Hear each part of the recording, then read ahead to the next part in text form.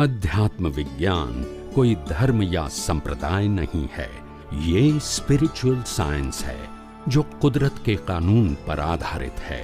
ये विज्ञान पूरे ब्रह्मांड के सभी रहस्यों को उजागर करता है और जीवन के सभी पहलुओं को समझने के लिए एक नई दृष्टि देता है। इसी को आर्ट ऑफ विजन कहते हैं, दुनिया को देखने की एक नई दृष्टि, जो अध्यात्म विज्ञानी परम पूज्य स्वामी श्री कमलेशानंद जी के निर्देशन में सनातन सत्य का अनुसंधान कर हमारे जीवन को प्रकाशित करे। जय सच्चिदानंद। જ્ઞાન એવું અદ્ભુત છે કે જે અઘરું નથી, બહુ સહેલું છે. જ્ઞાન અઘરું બહુ સહેલું છે, પણ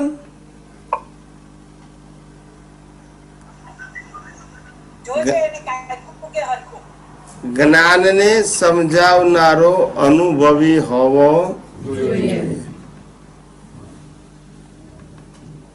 સમજાવનારો અનુભવી હોવો જોઈએ. સમજાવનારો ચોપડીઓ વાંચતો હોય તો બોલતા નથી બધા. એને જ ભણી રહ્યો હોય તમને શું ભણાવે? બોલતા નથી બધા. એમને બહુ સરસ જવાબ આપ્યો કે આવડે એટલું ભણાવે. એ વાત સાચી છે. આપણે એમને આવડે એટલું જ જાણવું છે કે છેક મોક્ષ જનું જાણવું છે? બોલતા નથી. હવે જવાબ નહીં આપે. કે જવું છે મારે મોક્ષ, કે છે મારે થવું છે પીએચડી. પછી કે પણ 5મા ધોરણના ટીચર હશે તો ચાલશે? ચાલે ને? બોલતા નથી. ટીચર તો કહેવાય કે નહીં? જે 5મા ધોરણ ભણાવે કે ના ભણાવે? પણ પીએચડી માં ભણાવે. અને આપણે ક્યાં, આપણે શું થવું છે એમાં? આપણે ક્યાં જવું છે? તો ટીચર કેવા જોઈએ? સ્કૂલ કોલેજ ના જોઈએ ને? બોલતા નથી. કેવું સાદું સીધું સિમ્પલ વાત છે. એ કેટલી સિમ્પલ વાત છે. જે ધોરણમાં મારે જવું છે, જે મારું ધ્યેય છે, એને અનુરૂપ ટીચર જોઈએ કે ના જોઈએ? કે ગમે તે ટીચર ચાલે? તે ગમે તે ટીચર ચાલે? 10માં ભણવું હોય તો પહેલા ધોરણ ટીચર ચાલે ને? હા કે ના? કેમ? ટીચર તો છે. તો આ કેમ સેન્સ નથી આવતી જલ્દી? કે ટીચર કોઈ ખોટા છડા છે, પણ ટીચર જે સ્ટાન્ડર્ડ નો હોય તે ભણાવે ને, કે બધા સ્ટાન્ડર્ડ નું ભણાવે? એટલે આપણે આ સમજવાનું, ટીચર કોઈ ખોટા નથી. વિદ્યાર્થીને નક્કી કરવાનું છે કે મારું સ્ટાન્ડર્ડ કયું છે, મારું ડેસ્ટિનેશન કયું છે. સમજાય છે? સમજાવી મારી વાત? એટલે આપણી પાસે એવા જ્ઞાની જોઈએ કે જે જ્ઞાની પોતે આ સંસારની અંદર બધા જ પ્રકારની અવસ્થાઓની અંદર આદિ વ્યાધિ ઉપાધિના સંજોગોમાં પણ પોતાના અનુભવ જ્ઞાનથી મુક્ત રહેતા હોય. કયા જ્ઞાનથી? હું ચોપડીનું બોલ્યો ના. દરેક બાબતમાં હું વચ્ચે વચ્ચે આવું બોલીશ એટલે તમારી માન્યતા તૂટે. એટલા માટે અનુભવ જ્ઞાનથી શું રહેતા હોય? મુક્ત. એવા જ્ઞાની તમને અનુભવનું જ્ઞાન આપી શકે. અને ચોપડી વાળા કયું આપે? ચોપડી વાળા અનુભવનું જ્ઞાન આપી શકે? બોલતા નથી. કેમ આટલી બધી વાર લાગે છે? બહુ બહુ વિચારવું પડે છે? અઘરું લાગે છે?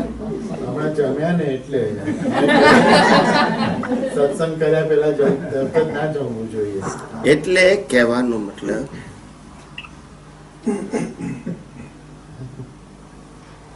કૃષ્ણ ભગવાને અર્જુનને મહાભારતના યુદ્ધમાં જે પ્રશ્નો પૂછ્યા એના જવાબ ચોપડીમાં જોઈને આપ્યા ને?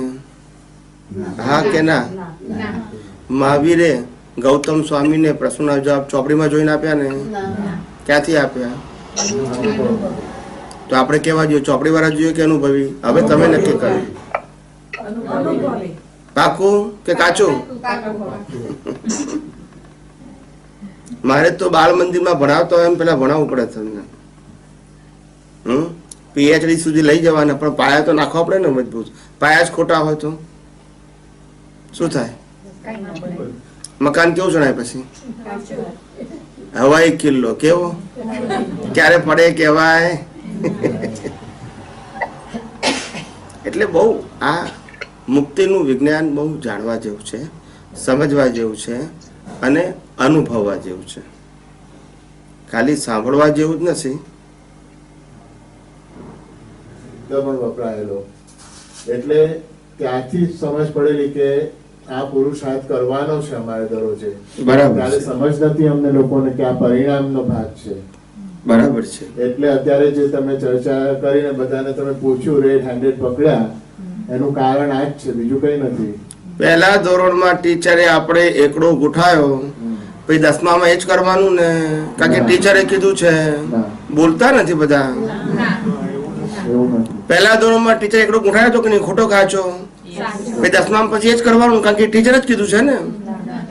તો તમને ખબર પડવી જોઈએ કે મારું ગ્રેડેશન શું છે. એટલે હવે teacher is never wrong. They teach has per the standard.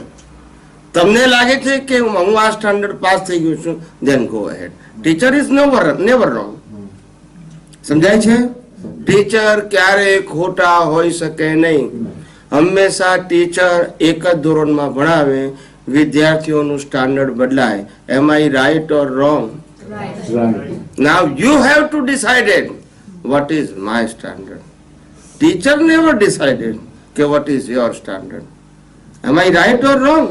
તો પરીક્ષા લેવાય જેવી રીતે તમે હમણાં લીધીને દાખલા આપ્યા ત્યારે એનું વિપાત ખુલ્લું પડ્યું, ત્યારે દસ્તી બેઠી. એટલે હવે અમને લાગે છે કે અમને 10મા ધોરણના ટીચર હવે ભણાવી રહ્યા છે. એટલે આ તો હું તો ખાલી તમને વાત સમજાવવા માટે એક્ઝામ્પલ આપું છું કે હંમેશા કોઈ દિવસ કોઈ પણ ટીચર ખોટા નથી હોતા. ટીચર એના સ્ટાન્ડર્ડ પ્રમાણે ભણાવે છે.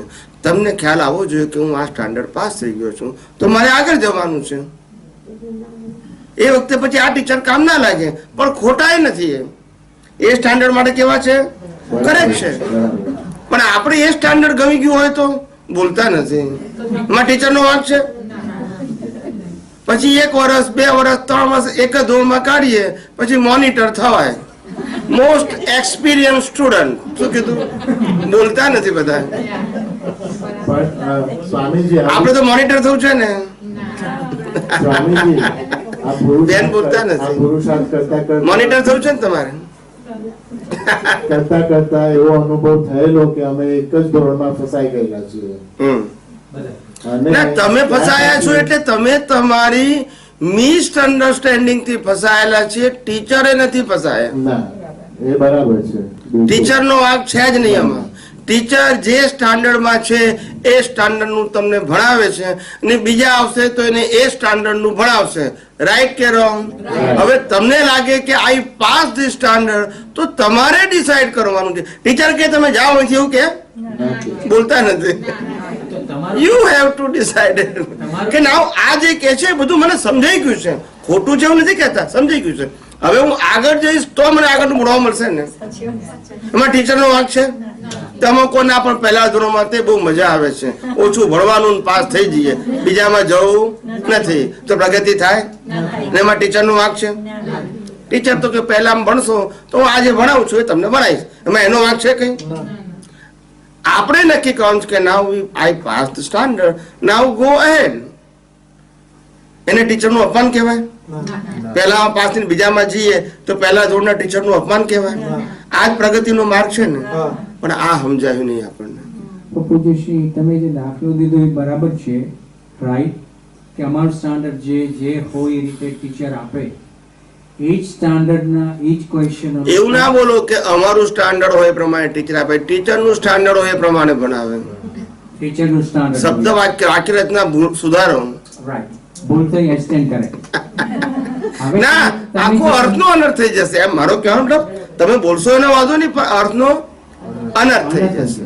હવે તમે જે કીધું, અત્યારે અમે જે છે બેઠા છીએ, જે બધા અમે ચરણ વિધિ વાંચીએ, બધી નવકર્મો કરીએ, બધું કરતા હતા, એમાં તમે દ્રષ્ટિ બદલાવી કે તમે ક્રિયા કરો છો.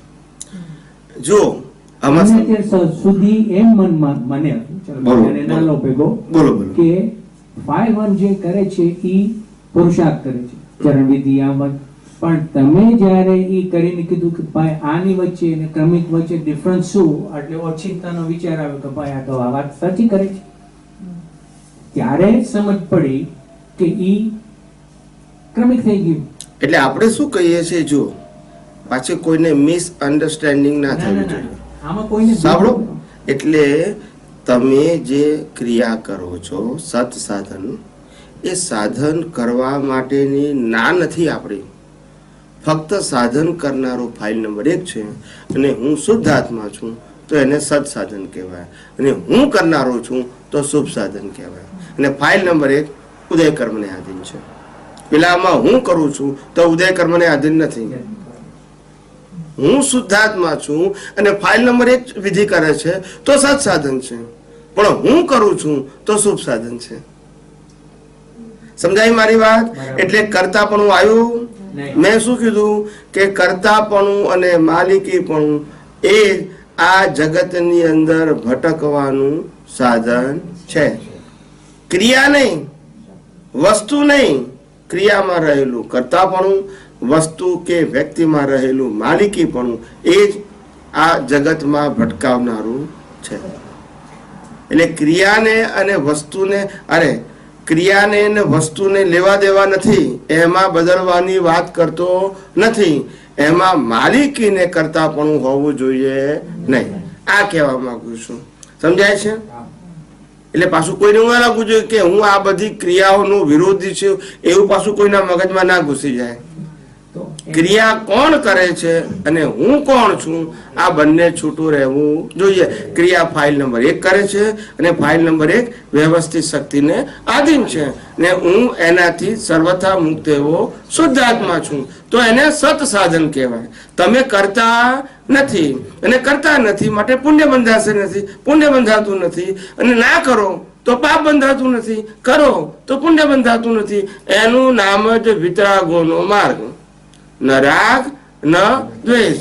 હવે કઈ ગાડીમાં ગેર પડે છે કે નથી પડતી? તો